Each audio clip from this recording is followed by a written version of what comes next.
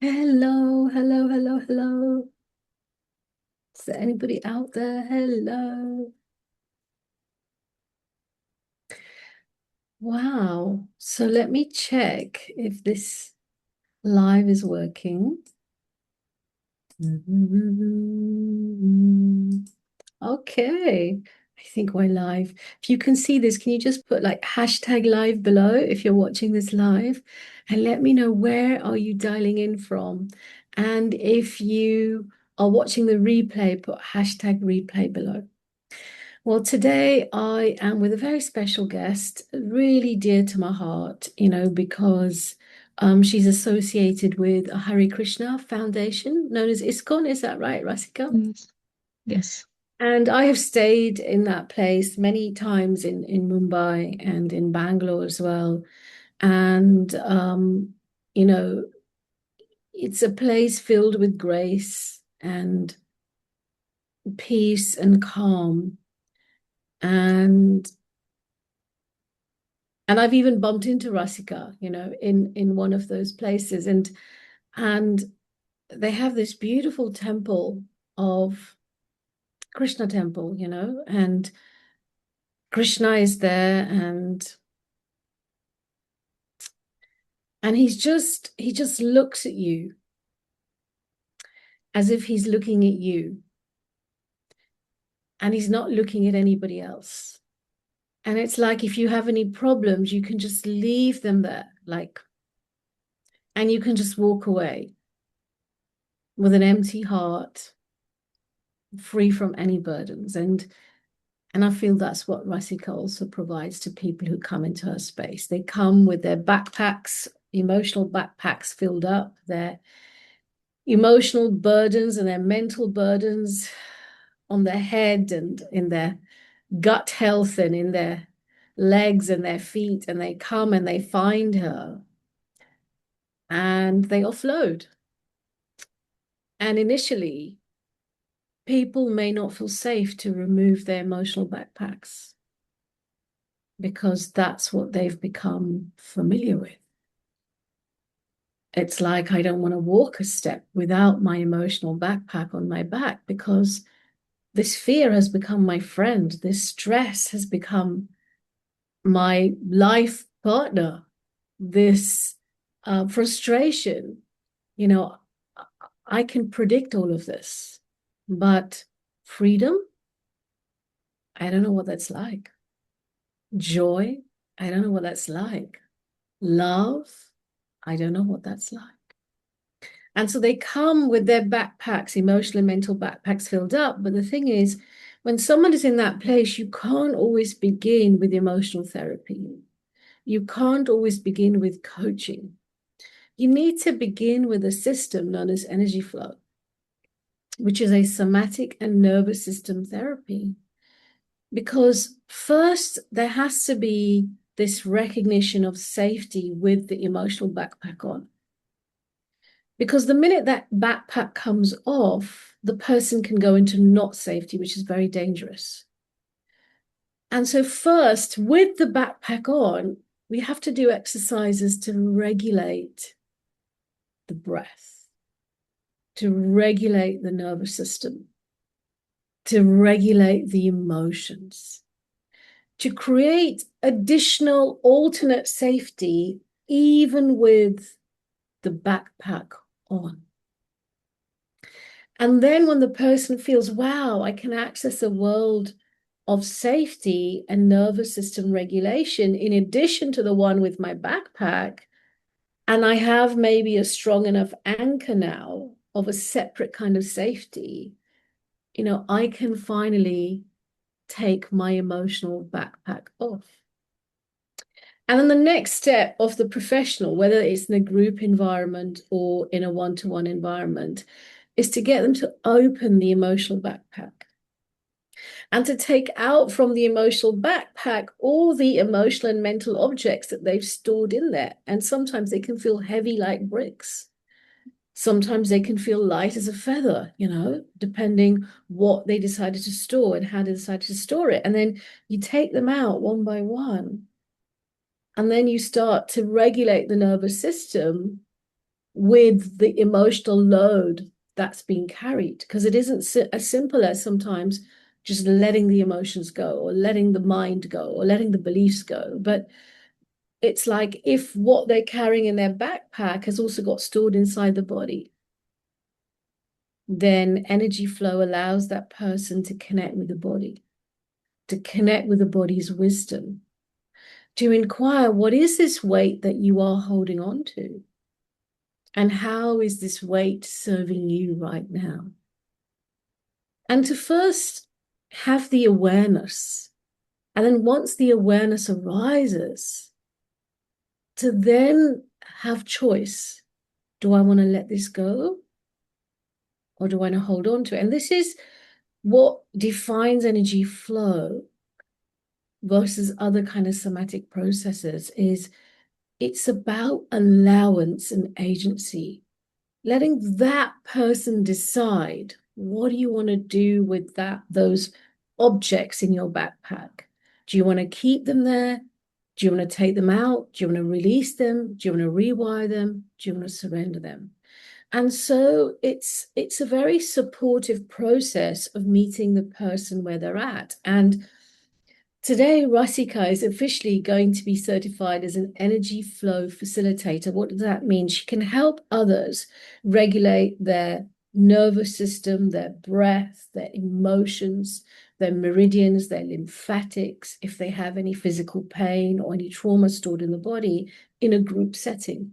Where now she doesn't need to work with one person at a time, but she can work with a group of people at a time. And Rasikaa feels very drawn to working with mamas. And if you go to her Instagram, and I'll ask her for the link in a minute, is she begins with "Dear Mama." And she gives them the energy of, I'm here for you. Because, as a mother, I've never been a physical, mother, but I can imagine, as a mother, what it's like. As a mother, I think it's a very neglected role. I think it's a very underrated role. I feel it's assumed that the role of mother will be taken on. But my sense of it is, and I'll let Rasikaa share her perspective in a minute, also from the mums that she's worked with, my sense is it can also be a very stressful role. Of course, a rewarding, fun, playful, adventurous, a role that's filled with pride and empowerment and confidence, and you're helping someone else grow. But my sense is also a very stressful role because there are so many unknowns. Here you are overnight in charge of this being. What if you mess it up? What if you start shouting at them? What if you start getting angry at them and then they get trauma stored in their bodies? What if they come to you for help? They're in school and they're being bullied and you give them the wrong advice and it has a lasting imprint in their life. What if as they grow up as a young teenager, they're struggling with their studies? And do you push them to do even better, or do you step back and say, well, let's have an alternate approach here, and you don't need to push and go to school, and maybe you've got other talents and gifts, but what if you get it wrong? And then there's a complexity of the family environment, and if they're married, the husband and the in-laws, and and my sense is it can be stressful, especially if they have a certain expectation of how the child needs to show up. If they have a certain expectation of how the family needs to show up, but worse still, if they have a certain expectation of how they need to show up based on their conditioning, their beliefs, the culture, society. And this is like death because those beliefs, they kind of invade the being like a bacteria that's eating, human flesh. I mean, it's a very strong metaphor I've given you, but you can feel sometimes that you're gasping for breath. And so what Rasikaa does is she creates a safe space for all mums. They don't have to be stressed out mums.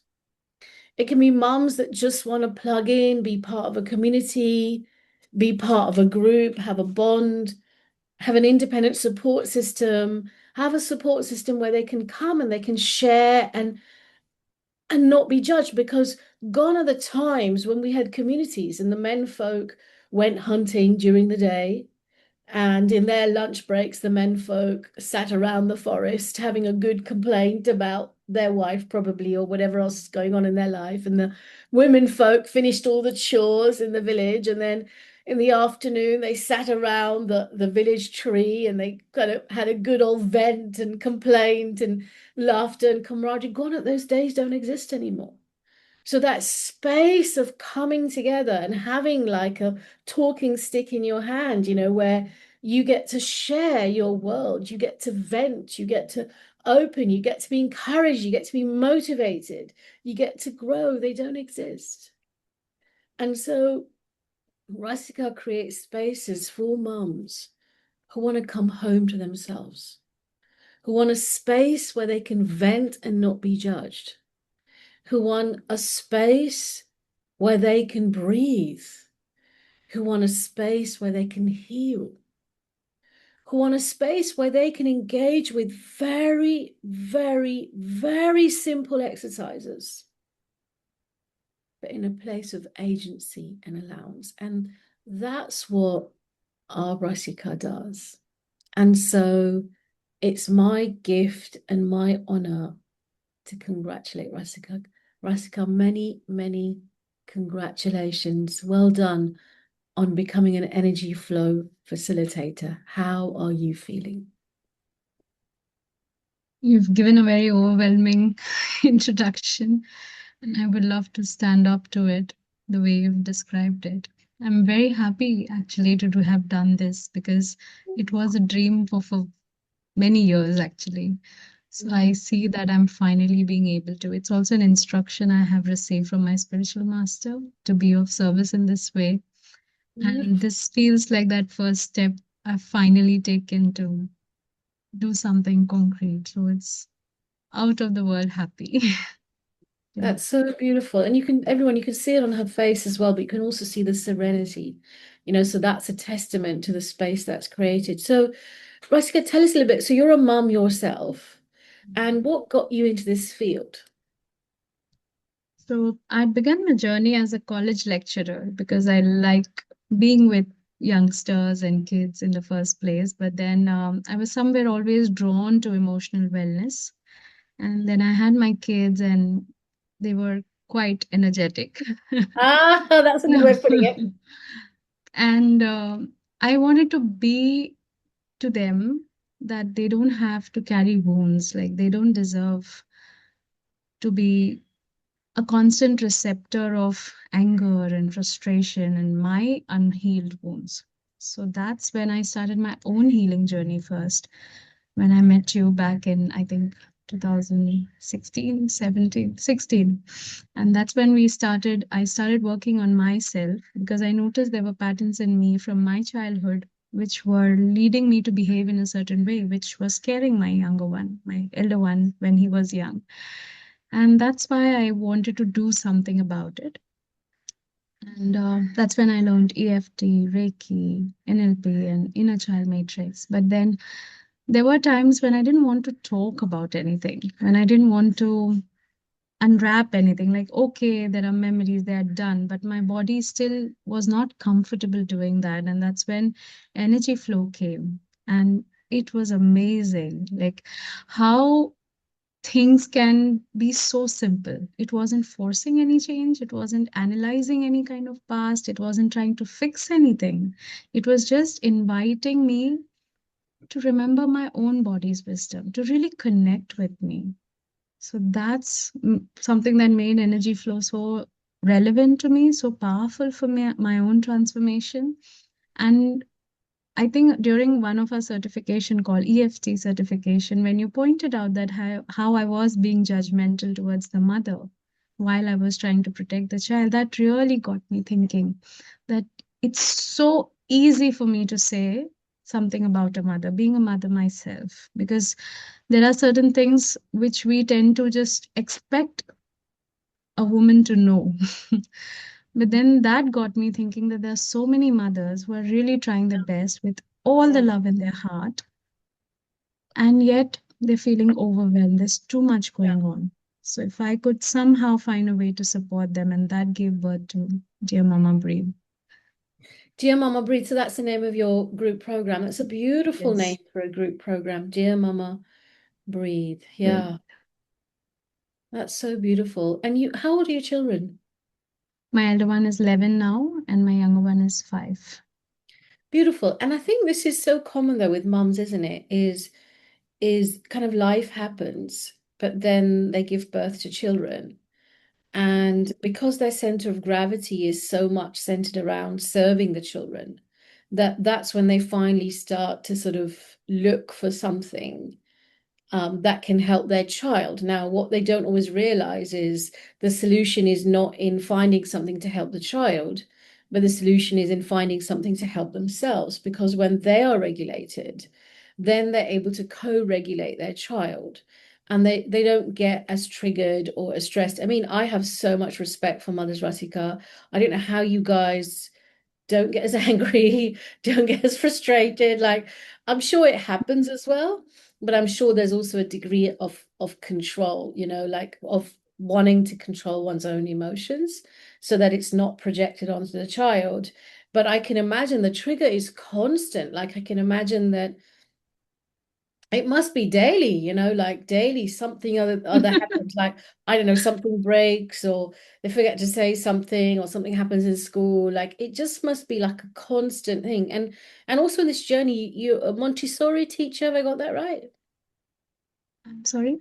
You're learning to be a Montessori teacher as well? Waldorf. Yeah. Waldorf teacher. Tell us a bit more about that and how that fits with all of this.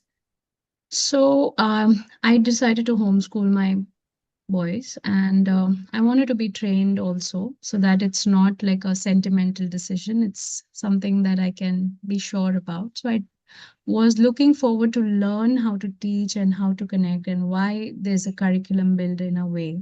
That's when I got to know about the Waldorf system of education.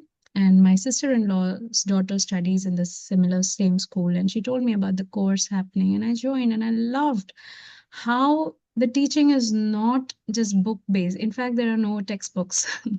They follow a curriculum, but till 5, 6 years, children are allowed to just play. They learn through imitation. They're just allowed to be. And that was so beautiful. That really attracted me a lot. So I wanted to learn more about the philosophy. So it's about the head, the heart, and the hand. Like, you don't just take care of the head, you take care of the heart and the hand as well. So they learn to sew, they learn to crochet, knit, they learn to uh, do gardening and stitching and drawing and painting and singing and music and dance, everything. And everything is equally important. So every child feels accepted, every child feels heard, every child feels part of something, and they are special. It's not like a race, running race where animals are running with a snail, or like it's fit for everybody. Like, it's very easy. So I felt it was more happy, like the child can be happy, and when they're curious, I think they can learn more rather than by heart things and rote learn things from books. So that was which attracted me. And I noticed when I do this with my kids, there's so much curiosity they have, and they learn so much more. And they remember, they don't have to sit with a book and by heart because they're learning through a happy space where they're exploring, they're excited about something, and they're learning it. So they never forget it. And that's Wow, beautiful. that's really powerful. Oh, that's so brilliant. And so those listening in, you can see how she brings this depth of creating experiences from a happy place for people.